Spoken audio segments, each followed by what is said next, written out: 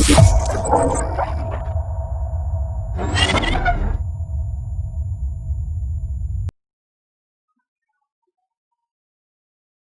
Students, आज हम लोग फ्लूइड मैकेनिक्स टॉपिक है फ्लूइड मैकेनिक्स का विस्कोसिटी टॉपिक है, उसके बारे में डिस्कस करेंगे।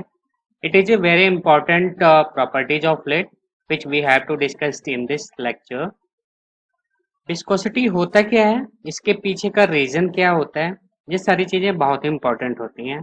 टेम्परेचर का विस्कोसिटी पे क्या इफेक्ट होता है, और इस पे बेस्ड कुछ न्यूमेरिकल होते हैं जो कि हमेशा गेट और अदर इंजीनियरिंग कंपटीशन एग्जाम में पूछा जाता है, और यूनिवर्सिटी पॉइंट ऑफ व्यू से भी ये बहुत इम्पोर्टेंट है, जो कि आप लोग के एग्जाम में ये काफ़ी बार पूछा गया है।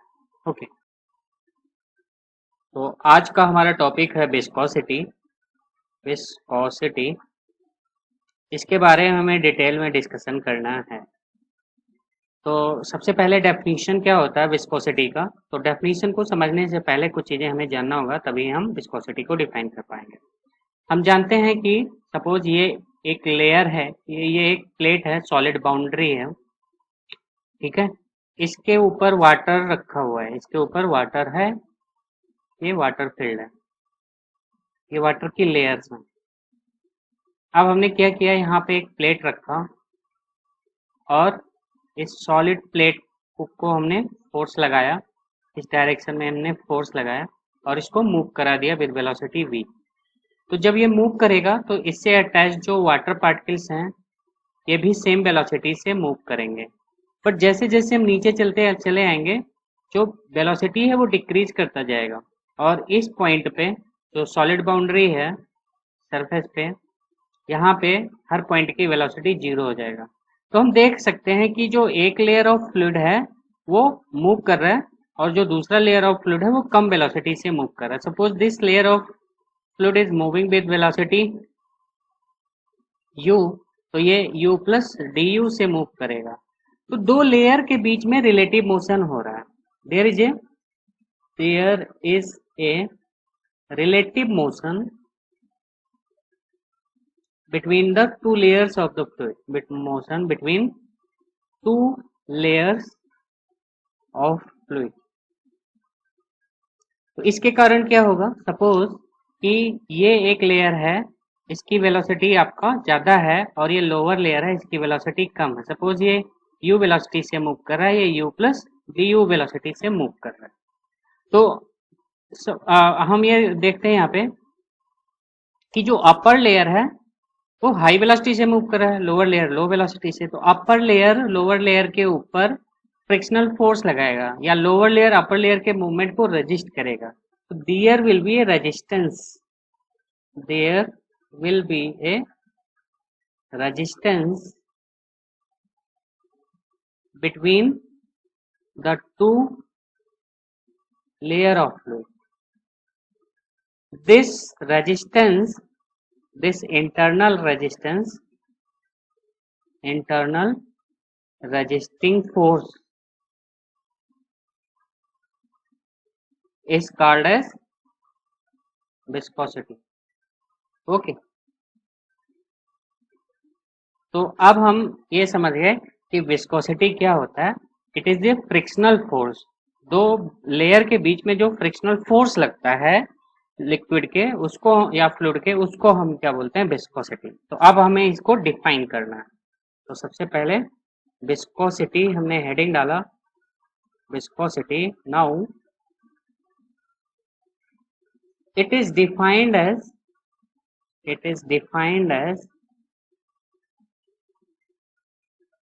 property by which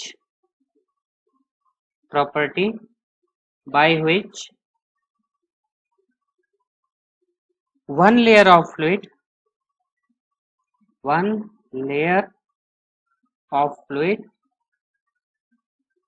resist the motion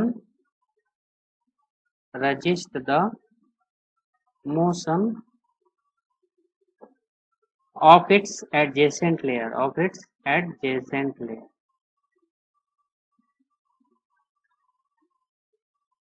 caused by, what is the reason, caused by internal fluid friction, caused by internal fluid friction.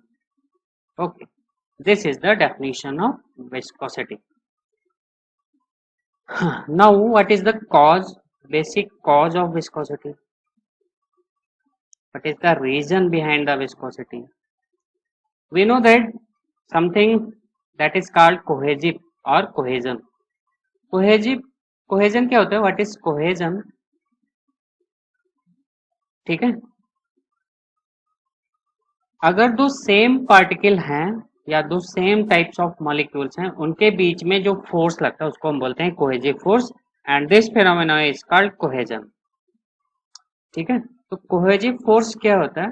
Cohesive force is the intermolecular force, intermolecular force between two same types of fluid. इसको हम बोलते हैं cohesive force. ठीक है, एडहेजिव force क्या होता है? एडहेजिव force, ठीक है, ये क्या होता है? जब दो डिफरेंट टाइप्स ऑफ मॉलिक्यूल के बीच में फोर्स लगता है तो उसको हम एडहेजिव फोर्स बोलते हैं. Force between two different types of molecule, तो उनके बीच में जो फोर्स लगेगा उसको हम बोलेंगे एडहेजिव फोर्स. एग्जाम्पल में यहाँ पे टू वाटर मॉलिक्यूल, यहाँ पे वाटर एंड ग्लास के बीच में जो फोर्स लग रहा है, ये एग्जाम्पल हुआ. तो विस्कोसिटी का क्या रीजन है? आप लोग यहाँ देखोगे, सपोज कि वन लेयर ऑफ फ्लूइड है, then other layer of fluid है, तो इस फ्लूइड का जो मॉलिक्यूल्स हैं वाटर के और इस फ्लूइड का जो अदर लेयर है, तो ये इसके ऊपर फोर्स लगाएंगे. अगर ये मूव करेगा, सपोज ये इधर मूव कर रहा है, तो ये इसके मूवमेंट को, ये वाला इसके मूवमेंट को रेजिस्ट करेगा. ठीक है, क्योंकि इनके बीच में फोर्स लग रहे हैं. तो ये इसी की वजह से इंटरनल रेजिस्टेंस क्रिएट होता है ड्यू टू कोहेजन. कोहेजन के कारण इंटरनल रेजिस्टेंस क्रिएट होता है, तो बेसिक कॉज ऑफ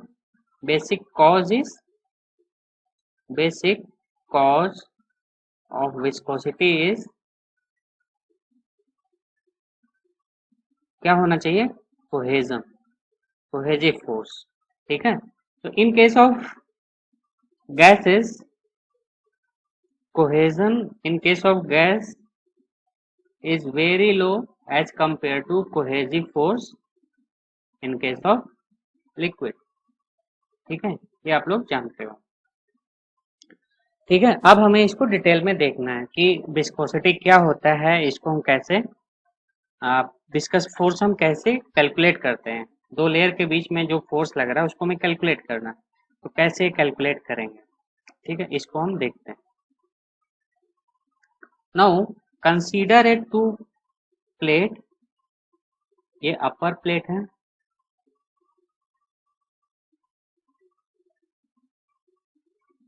और एक लोअर प्लेट है. Now the lower plate is fixed, इसको हमने फिक्स कर दिया. अपर प्लेट को हमने मूव करा दिया with velocity u, capital U. इसको मूव कराएंगे, इसके ऊपर हमने फोर्स लगाया होगा, जब हम इसके ऊपर फोर्स लगाएंगे तो ये मूव करेगा. नाउ द डिस्टेंस, इनके बीच में डिस्टेंस होगा, सपोज यहां से यहां तक का डिस्टेंस आपका y, the distance between the upper plate and lower plate is y. Suppose कि ये लिक्विड से फिल कर दिया गया, इनके बीच में जो स्पेस, इसको हमने लिक्विड से फिल कर दिया. ठीक, ये फिक्स्ड है लोअर प्लेट, अपर प्लेट मूविंग है. तो अब यहाँ पे जो पार्टिकल्स होंगे उनकी वेलोसिटी क्या होगी? 0. The particles of water at fixed surface have a zero velocity. ठीक है, this is called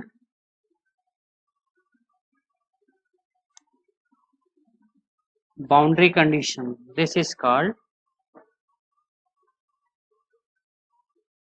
no slip condition or boundary condition. This is called no slip condition.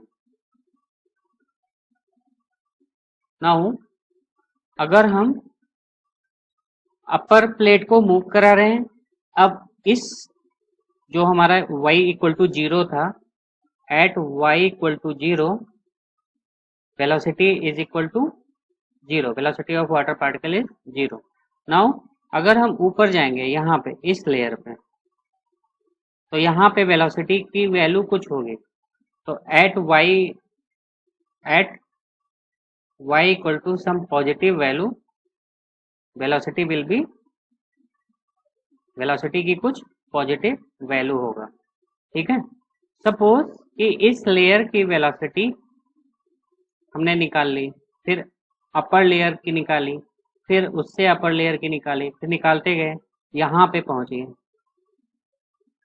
तो इस लेयर की velocity, the velocity of particle at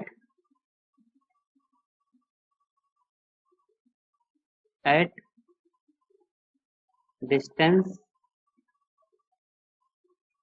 y equal to capital Y, suppose ये आपका capital Y, at y equal to capital Y will be u.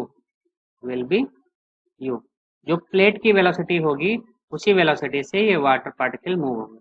तो हमने देखा कि जैसे जैसे हम y डायरेक्शन में ऊपर जा रहे हैं तो वेलोसिटी आपका इंक्रीज कर रहा है.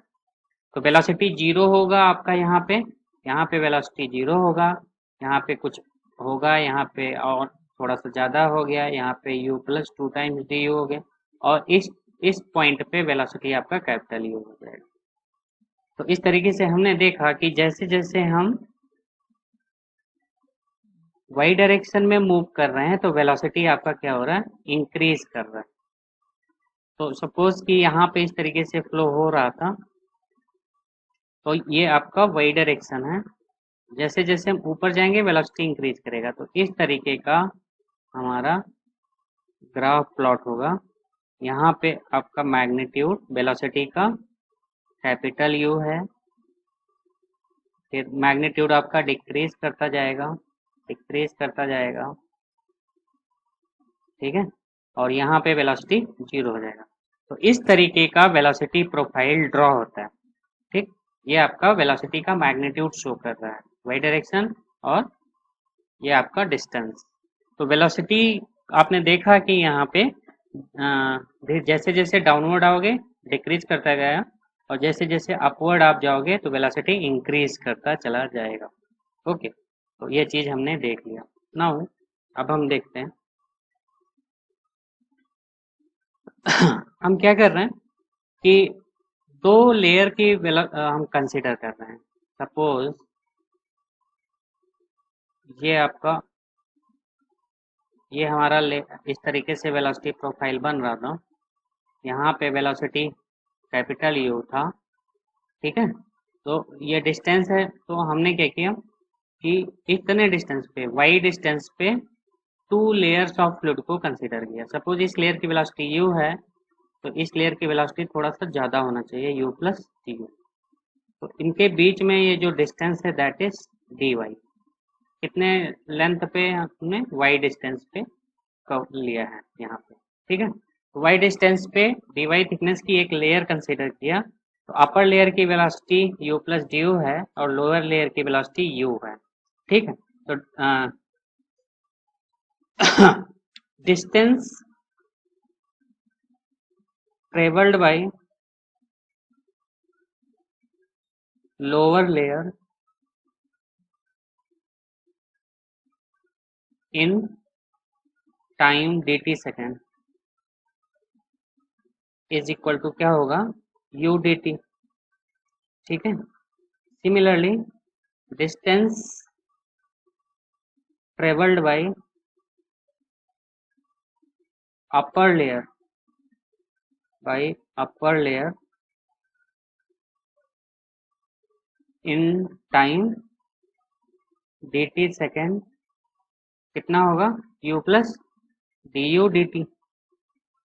तो अब हम यहाँ पे ड्रॉ कर रहे हैं, this is the distance travelled by upper layer and this is the distance travelled by lower layer. तो ये डिस्टेंस आपका u dt है और ये distance u plus du dt है।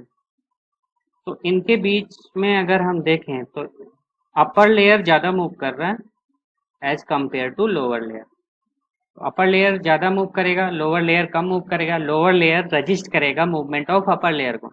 तो क्या होगा कि जो अपर लेयर है वो डिफॉर्म होगा। तो इस तरीके से उसमें डिफॉर्मेशन आएगा। अपर लेयर टर्न डाउन होना चाहेगा क्योंकि अपर लेयर ज़्यादा वेलोसिटी से मूव कर रहे हैं, इनके बीच में रिलेटिव मोशन हो रहा है, तो जिसके कारण इनके बीच में इंटरनल रेजिस्टिंग फोर्स है, तो डिफॉर्म होगा, अपर लेयर डिफॉर्म होगा। तो अगर हम ये डिस्टेंस देखें तो ये दोनों डिस्टेंस सेम है। तो यहाँ से यहाँ तक का अगर हम डिस्टेंस कैलकुलेट करें तो ये आपका होगा du इंटू dt। ठीक है। और ये डिस्टेंस दो लेयर के बीच में ये जो डिस्टेंस था ये आपका था dy। Now suppose this angle is d theta. d theta ये डिफॉर्म हो रहा है। ठीक है। तो हमने कंसिडर किया two adjacent layer of fluid के मोशन को। अब अगर हम इसमें देखें तो tan d थीटा आपका क्या होगा, tan d theta equal to du dt upon dy, या tan d theta is equal to near about d theta because if d theta is very small। ठीक है। तो ये चीज हम लिख सकते हैं। यहाँ से हमें मिला d theta is equal to du to dt upon dy। ठीक। Now we had obtained d theta equal to du into dt upon dy। now d theta upon dt is equal to du upon dy। अब इसको हमें देखना है ये क्या चीज हमने निकाला। du over dy क्या है, du over dy rate of change of velocity with respect to distance. आप देखोगे तो ये जो चेंज हो रहा है वेलोसिटी इस तरीके से, इसको हम बोलते हैं वेलोसिटी ग्रेडियंट। ठीक है। ये सपोज आपका लेयर है, ये दूसरा लेयर है, ये तीसरा लेयर है। ठीक। तो अगर हम डिस्टेंस इन सभी के बीच में dy लें, ये सारे dy लें, तो कितने रेट से आपका वेलोसिटी चेंज हो रहा है उसको हम बोलते हैं वेलोसिटी ग्रेडियंट। सपोज यहाँ पे u था वेलोसिटी, यहाँ पे u प्लस du हो गया, तो कितना change difference of velocity between this layer and distance between this layer, this is called velocity gradient. ठीक। तो इसको हम बोलेंगे वेलोसिटी ग्रेडियंट। ठीक है। तो आप देख सकते हो d theta upon dt equal to du upon dy। और ये क्या है, d थीटा आपका क्या है, what is d theta, d theta is the deformation. कैसा डिफॉर्मेशन, एंगुलर, तो इसको हम बोलेंगे angular deformation. Now d theta upon dt क्या होगा, d थीटा अपॉन dt ये क्या होगा, rate of angular deformation, rate of angular deformation. हम एक चीज ये भी जानते हैं कि दो लेयर के बीच में स्लाइडिंग हो रहा है, तो यहाँ पे शियर फोर्स लग रहा है, शियर स्ट्रेस लग रहा है between the two adjacent layer of the fluid. तो शियर फोर्स के कारण स्ट्रेन डेवलप हो रहा है, that strain is D theta. तो डी थीटा आपका क्या है, शियर स्ट्रेन, इसको हम बोल सकते हैं shear strain. Now D theta upon D T को हम क्या बोलेंगे, rate of shear strain, rate of shear strain. तो इतने नाम हैं। ये आपका रेट ऑफ शियर स्ट्रेन हो गया, रेट ऑफ शियर स्ट्रेन, और rate of angular deformation, rate of angular deformation, ठीक है। और ये आपका वेलोसिटी ग्रेडियंट, वेलोसिटी ग्रेडियंट। ये सारी चीज़ों की वैल्यू सेम है, चाहे आपसे जो भी पूछा जाए, rate of shear strain, rate of angular deformation और वेलोसिटी ग्रेडियंट, ये सारी वैल्यूज क्या हैं, सेम है, ठीक है। यहाँ से हमने ये चीज़ देखा, ठीक है। अब हम क्या करेंगे, फोर्स निकालेंगे between the two layers of the fluid, ठीक है। तो फोर्स निकालने के लिए एक इंपॉर्टेंट लॉ आता है, that is called Newton's law of viscosity. तो दो लेयर के बीच में जो फोर्स लग रहा है उसके कारण शियर स्ट्रेस लगेगा, और शियर स्ट्रेस की value Newton's law of viscosity से हम निकालेंगे, ठीक है।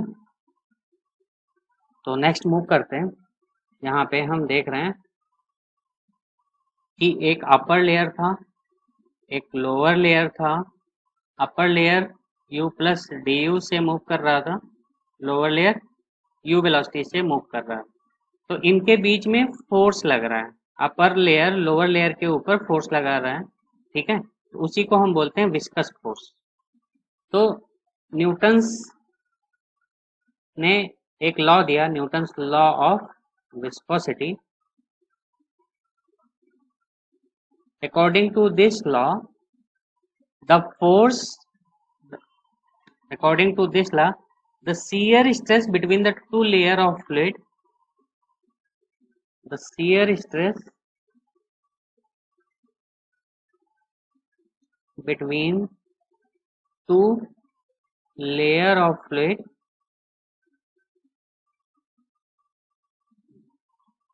between two layer of fluid at a distance y, at a distance y from the surface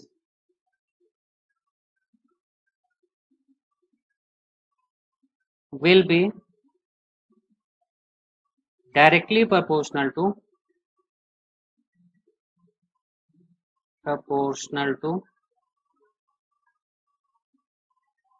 will be directly proportional to rate of angular deformation, rate of angular deformation, or it is also called as directly proportional to velocity gradient between the two adjacent layer of, or between the two layer of the fluid, ठीक है। इसको mathematically कैसे लिखेंगे, mathematically shear stress is denoted by tau, tau is proportional to d theta upon dt. Now what is tau? Tau is the shear stress between the two layer of fluid at a distance y. इसको हम ऐसे भी लिख सकते हैं, tau is directly proportional to du over dy, because we know that d theta upon dt equal to du over dy, okay. तो D over d Y आपका velocity gradient है, और D theta upon D T आपका rate of angular deformation है, या rate of shear deformation. अगर हम इसको इक्वल करें तो tau equal to mu times d u over d y, this mu is called coefficient of viscosity और viscosity, ठीक है। इसी म्यू को हम बोलते हैं property of fluid, that is viscosity और डायनामिक विस्कोसिटी। तो अब हम देखते हैं एक नया टर्म, डायनामिक विस्कोसिटी।